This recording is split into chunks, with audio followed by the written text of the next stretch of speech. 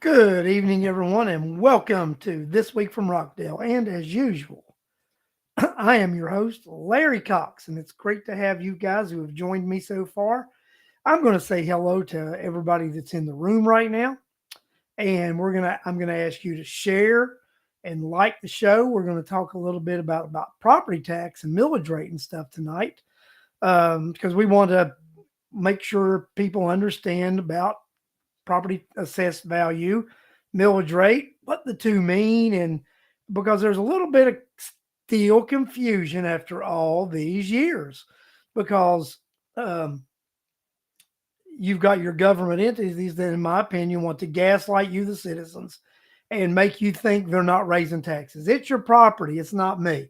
So we're going to talk about that tonight. The first thing we're going to do is we're going to say hello to a bunch of people tonight, and then we ask you to share, like the show, and invite some of your friends to watch the show. I had a bunch of people I met at a town hall this week that Representative Taylor had, and she is going to continue those town halls on the fourth Saturday of every month at the library at 10 a.m. And that's a good thing. And just to let you guys know, Representative Angela Moore is going to start her town halls. And George, maybe you'll leave me a thing in the text if you got out to see the people in Honey Creek tonight. But I do have another venue I'm going to go and talk to somebody about this week too. But we'll be setting Representative Moore up in the next couple of weeks. So she wants to have town halls in South Rockdale as well.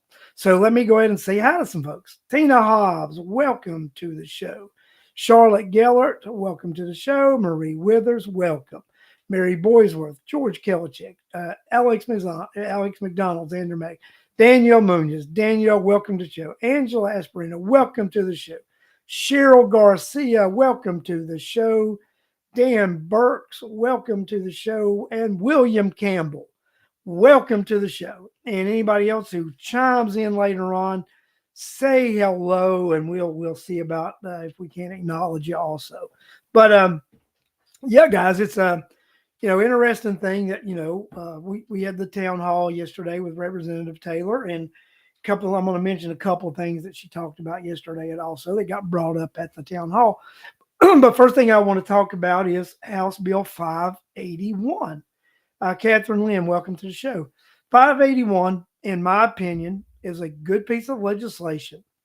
And what primarily this piece of legislation does is creates a floating homestead, which locks your appraised value in, and you get a homestead exemption that when your value goes up each year, your homestead exemption will go up and match that and offset any assessed value increases that happen on your houses. Now, there will be values that are taxable each year, but that's going to be set on the rate of inflation, and I believe it's capped at 3% also.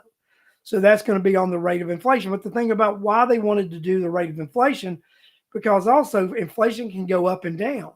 So let's just say we have a negative inflation rate, then that's going to reflect on your thing too. That they won't get any assessed value on your home, but the max they would be able to get is be 3%. But that's at the rate of inflation, right? So they're not going to be able to do that over that. So if inflation goes up 1%, it's a 1% increase. None of them going after 14, 15% just on increase the value of your home. So that's a good part of this legislation, and that takes away the argument. It's not us. Your home prices are going up. So it's not us. It's not the Board of Commission. It's not the Board of Education. It's not your city. It's the assessed value. Your property's worth more, so that's why you're paying more taxes. Well, guys, our tax system has a method to deal with that. It's called the rollback rate. So the state sets a rate each year, a millage each year, that collects the same amount of taxes that you would have collected the previous year. So a Board of Education, a Board of Commission, or a city has to make a decision to actually accept the rollback rate and not to increase the amount of taxes that they're going to to receive for your home, or they're going to say, well, we're going to set another meal that's above the rollback rate, and we're actually going to increase the amount of taxes that you pay on your property. It really is as simple as that, because your tax value, the amount of taxes that you pay, it's a math formula. It's based on each meal is worth so many millions of dollars. It's basically, so that meal multiplied against the value of your home gives you the amount of taxes that you're going to pay. So, and what 581 does is it takes away that excuse. It takes away, well, we can't help it because your property values went up. Now, these elected officials are going to be forced to actually raise your taxes with the millage rate and quit playing the shell and penny game. That's what's going to happen. And they're not happy about this. They are not happy about this whatsoever. And then that's the legislature has given, which I don't like this part of the legislation. They've given each of these entities the ability to opt out of this legislation and keep the old system. But I do have, you all know I'm going on the Board of Education, and I've talked to I've talked to enough members of the Board of Education who have committed to not wanting to opt out. So I know that I feel confident in telling you the Board of Education will not be opting out. I've had conversations with 2 incoming people coming to the Board of Commission. I have confidence saying the Board of Commission is not going to opt out.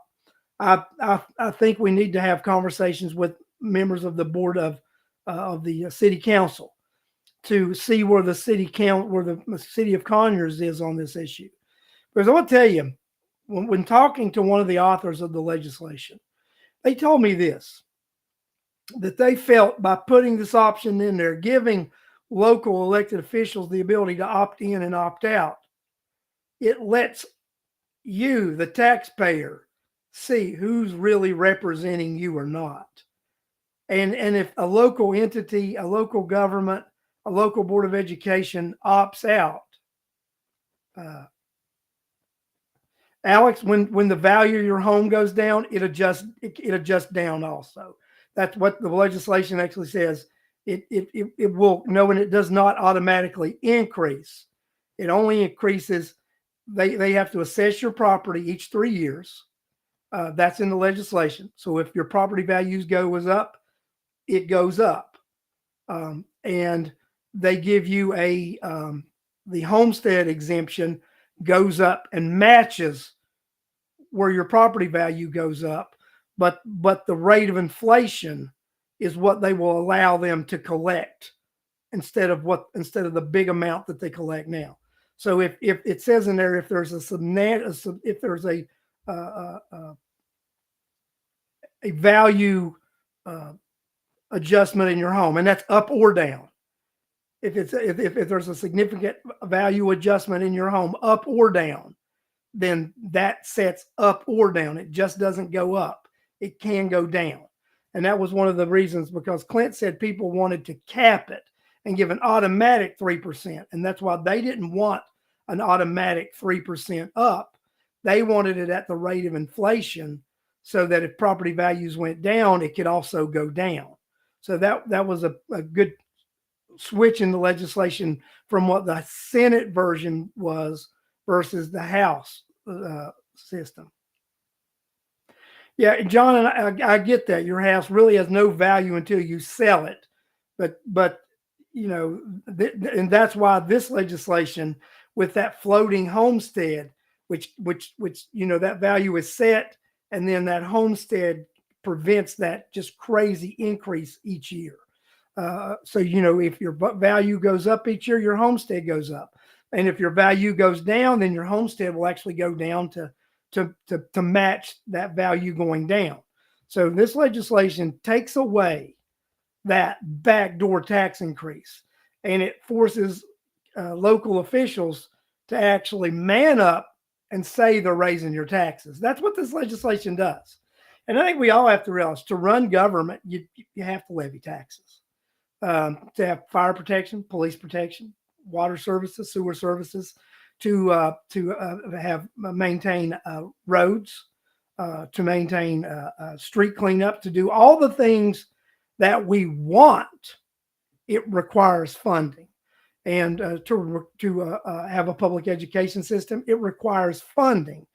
But what you as citizens are requiring or asking is that we do this fiscally responsible, that we don't overspend, that we do it in a manner that doesn't require us to overtax, that we are aware that it's your money that we're spending, and this is not magic money that's growing on a tree. This is not manna. This is this is your hard-earned money that is paying for all this, and you want your hard-earned money to be spent in a respectful manner. And I think all people who elected office, first of all, they're taxpayers too, and they need to realize that you, the citizens, the voters, sent them there to represent you, not to tell you why they're doing the things they're doing to you. And that's one thing about the Board of Education and why I ran. I was sick and tired of people saying, but it's for the kids. It's for the kids. It's for the kids. Well, parents, grandparents, and guardians are responsible for those kids. And if you, uh, uh, uh, government officials, and I guess I'm going to be one here shortly, if we don't consider the fact that by taxing these parents, grandparents, and guardians from the Board of Education standpoint, that you are potentially harming those students by limiting their caregivers' ability to care for them, then you are causing more harm than you are good. So you have to realize it's not as simple as providing these things in the school system. You can't take more money from citizens than they're able to pay. Uh, when inflation is at an all-time high, and these prices of food and heating and electricity and fuel are crazy, uh, it's just ridiculous. And that's just my opinion, right? So we've really got to understand. Alex, you're right. Not all of them are taxpayers, and I think are you referring to the Board of Commission and the individual who gets the exemptions and had an attitude, Commissioner Williams? Like I said, guys, I think in 2 years, if Commissioner Williams decides to run again, citizens of Rockdale, I mean, she's did her time. She's done her damage, might I add. And I think in 2 years, Commissioner Williams needs to bid us farewell also. But hopefully that the two persons that just got elected, like I said, right now it's 2 votes, and you get your wheel on that board. That her ability to do damage will be minimized. But guys, 581 is a good piece of legislation that stops this nonsense of saying it's the assessed value, it's your property value that's causing the problem. Well, they've introduced a piece of legislation that takes that argument away. The only argument they're going to have, what they're going to be able to say now is we're going to raise the millage rate and raise your taxes. And they're going to have a hard time with that because all of them still want to get reelected. So they're going to have a difficult time with that sale moving forward once this legislation passes a referendum. Now, it's going to go on the ballot as Resolution 1022. And the way it is written, and I'll put that up another time, and I'll do a show, and I'm going to have one of the authors of the legislation on it to answer some questions. And actually, George Kellick and I are arranging. I'm going to have a meeting with the Lieutenant Governor's attorney to clarify some things about 850, 581. And once those things are clarified, then I'm going to come back on here and give a little more clarity to what that means. So we're going to actually do a lot of things uh, moving forward on the show about letting people know what's what and what we need to do. But if you're in support of this legislation, and it'll be a constitutional amendment in the November ballot, you will vote yes.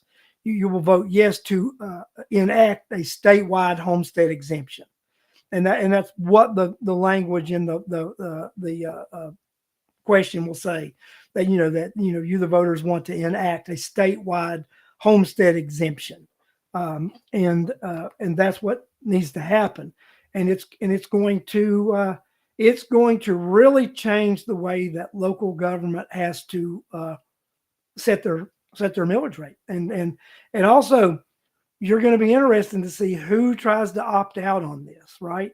It is going to be interesting to see what local municipalities, what Board of Educations, and what counties attempt to opt out on. I think you're going to have Board of Educations be the biggest culprit in this, to attempt to opt out. But that's my opinion.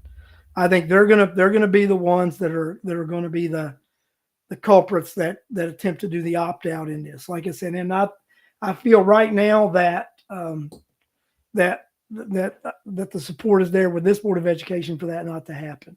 And just looking at what problem, guys, if you all watched the millage rate hearing and then they passed it this past week for the Board of Education, there's a clear disconnect with the board members not understanding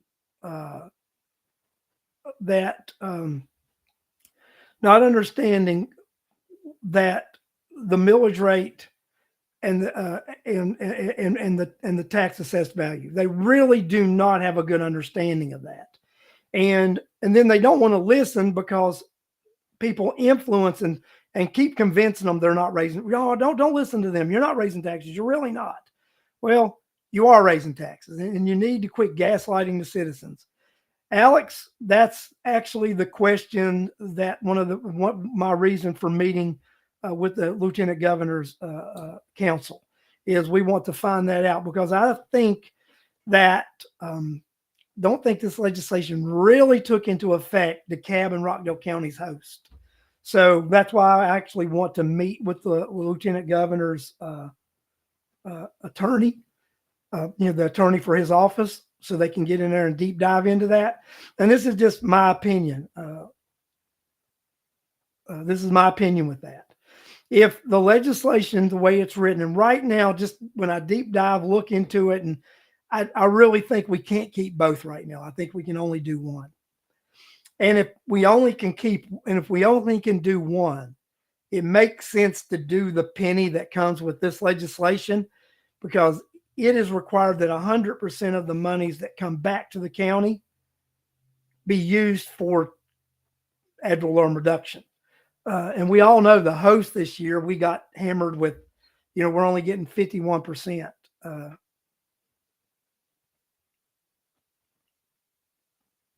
Yeah, and I agree with that, Alex. And that's what, if we are able to keep it, that you're right, that needs to be changed.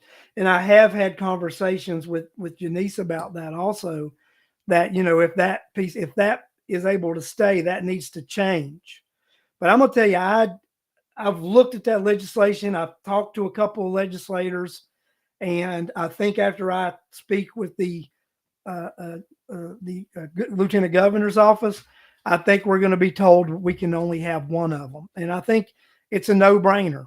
If you can have one that the county can siphon as much as they want off of it, or you have another that you get 100% of it, it's a clear choice. I mean, how many, let's just ask on here, do you keep a penny that you don't know what you're going to get, or do you keep a penny that all of that money goes to your tax reduction?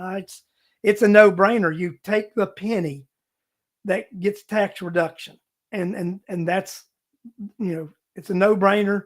And I think that's what the citizens of Rockdale County would want their legislators to do. And that's why I want to find this out now, because we need to get our local delegation to go ahead and introduce this so that we can have this on the ballot next year, because I think we'll be having a municipal election next year. Yes, Charlotte, a penny based on that. So based on local retail sales.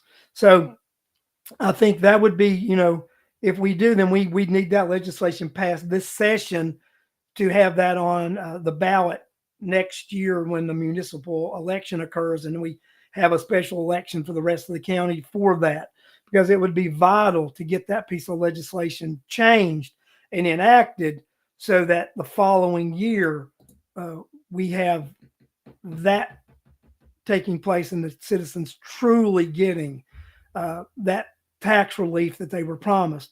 What I like about that penny also is it operates just like a SPLOS penny, that once it's enacted, then every 5 years you have to renew it.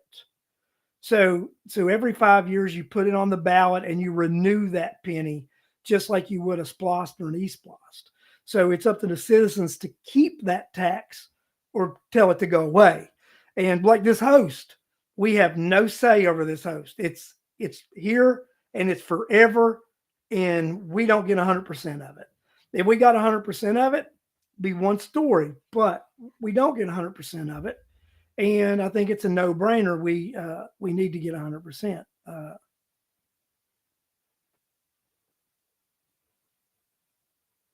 So, Catherine, there's a little misconception about that legislation. You're right. The state does keep 1% of the host monies, and that new penny they would also keep 1% in. The state keeps 1% for the collection and administration fees. Then 99% of that goes back, which is 100. You get whatever you get back is your 100%, right? You get back that 99%. In the legislation, it stated up to 100% can be, right? Just like DeKalb and Rockdale were the only ones to have this, you can get up to 100%, but you can also get 1% and the county take 99% if they wish. The legislation is not written that 20% go for capital improvement. That is nowhere in the legislation. It's not what it says. And that's why they're able to do what they do. And that's why I don't think we should keep that penny. We trade that tax for the other penny tax, which 100% of what we get back will go to ad valorem reduction.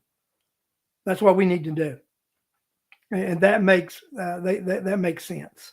So, um, we just drop one and pick the other up, and then we renew it. I like the renewable thing also, where you have to renew it, because it's that's just my feel. That's the way I like it. What's what I personally would like. But I think right now the easy solution is switch the pennies. Let's just switch the pennies.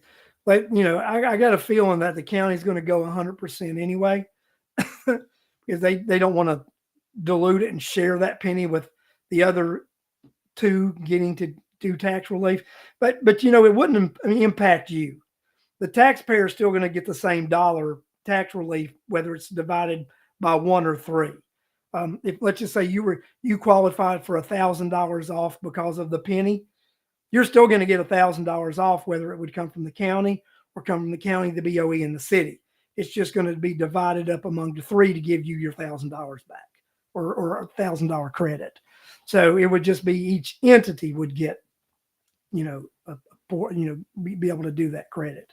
So I think, guys, it's a no-brainer. I think this is excellent legislation, and I'm going to be talking more about it as we move forward. Now, I also want to talk about something else that Representative Taylor mentioned yesterday.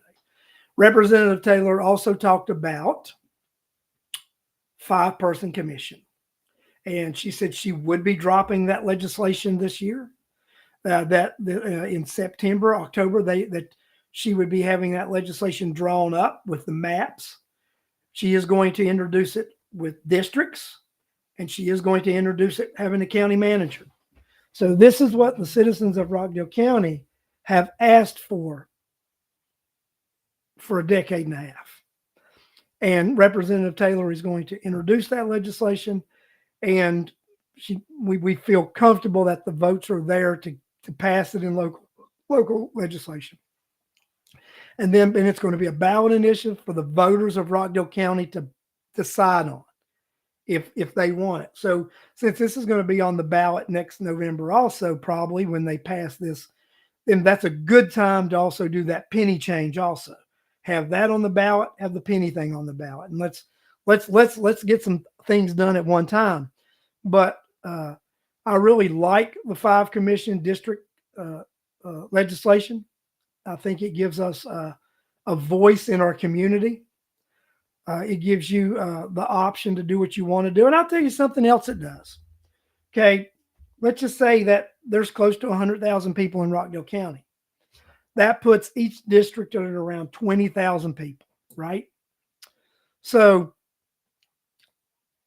what that does is if somebody does want to run as an independent in one of these districts, makes it manageable for you to qualify as an independent, because I'd say you'd probably have to have under 1,000 signatures to be able to do it, and that is a doable feat. No, by district, Alec, not by district at large, by district. Representative Taylor said she heard the citizens of Rockdale County loud and clear that they wanted the person to be elected from their district by them. And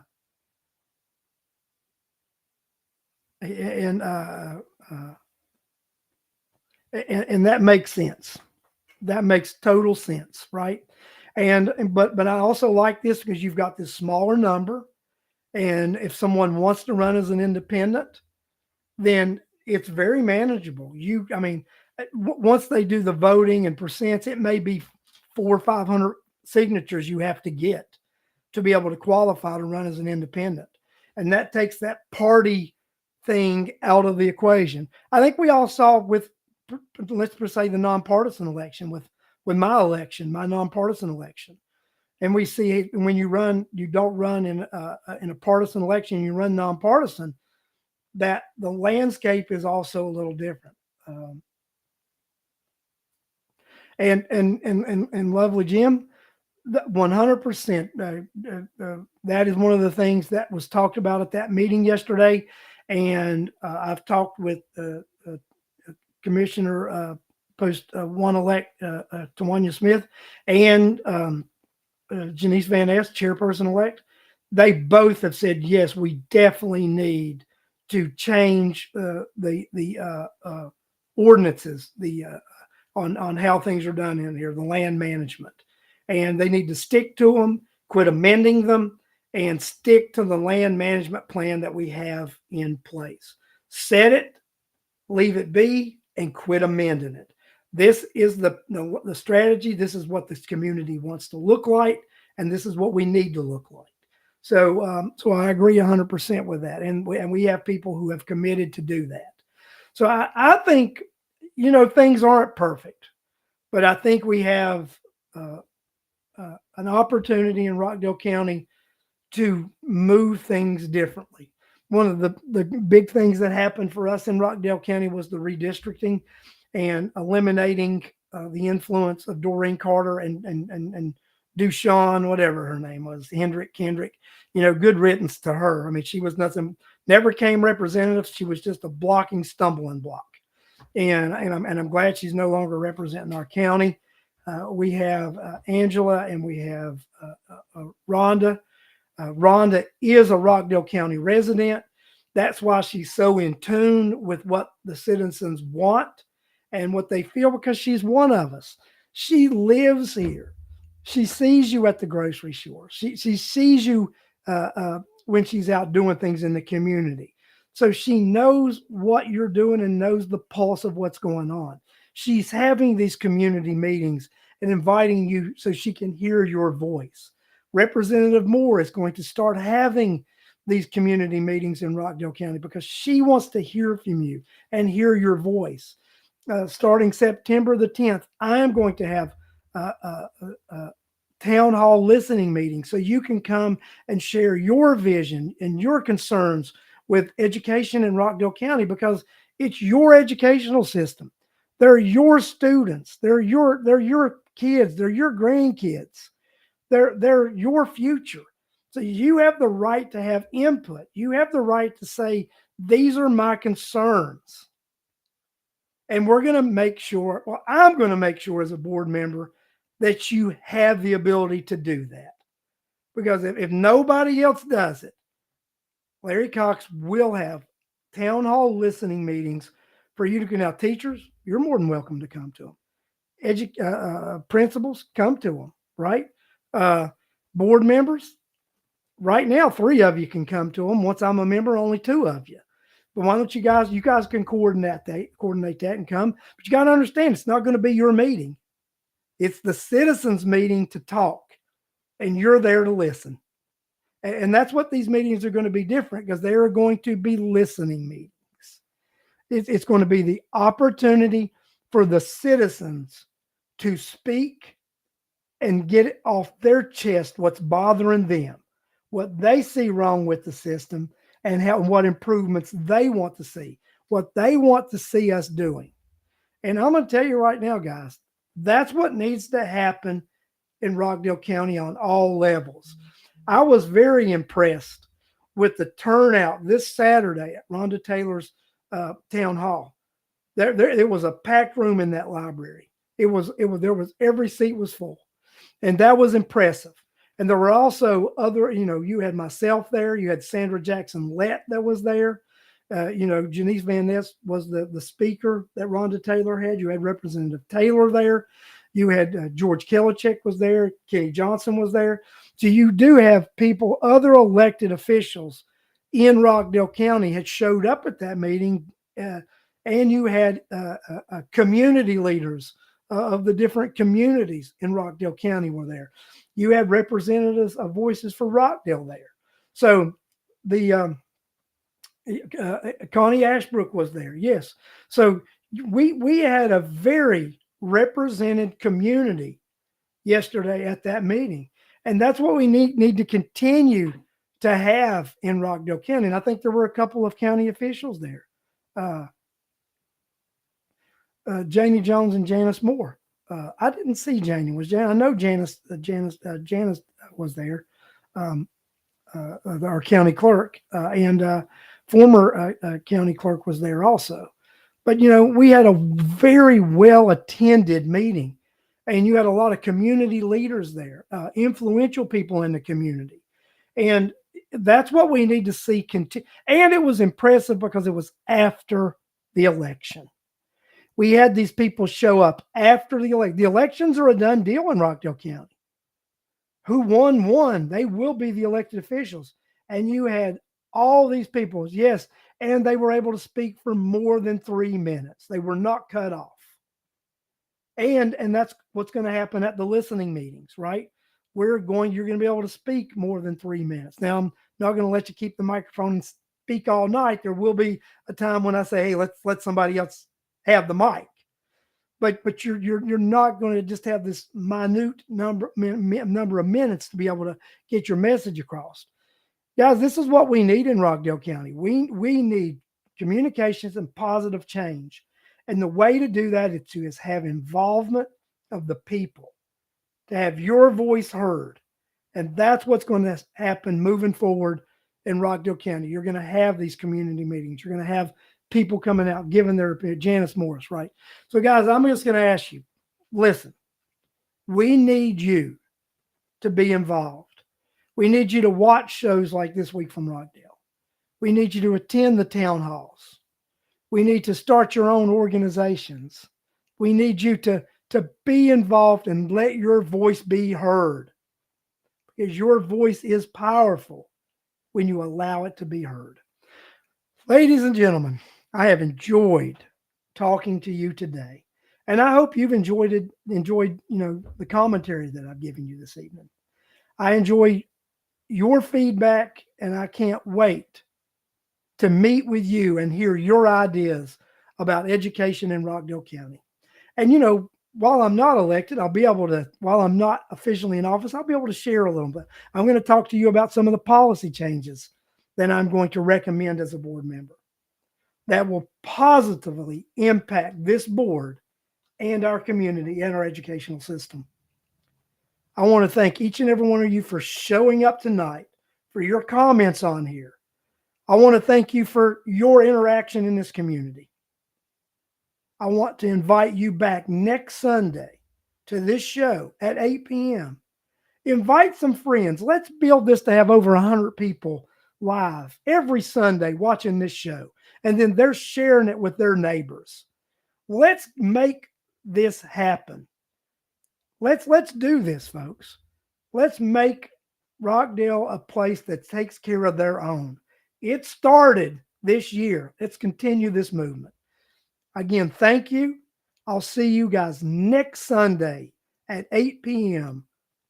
live on this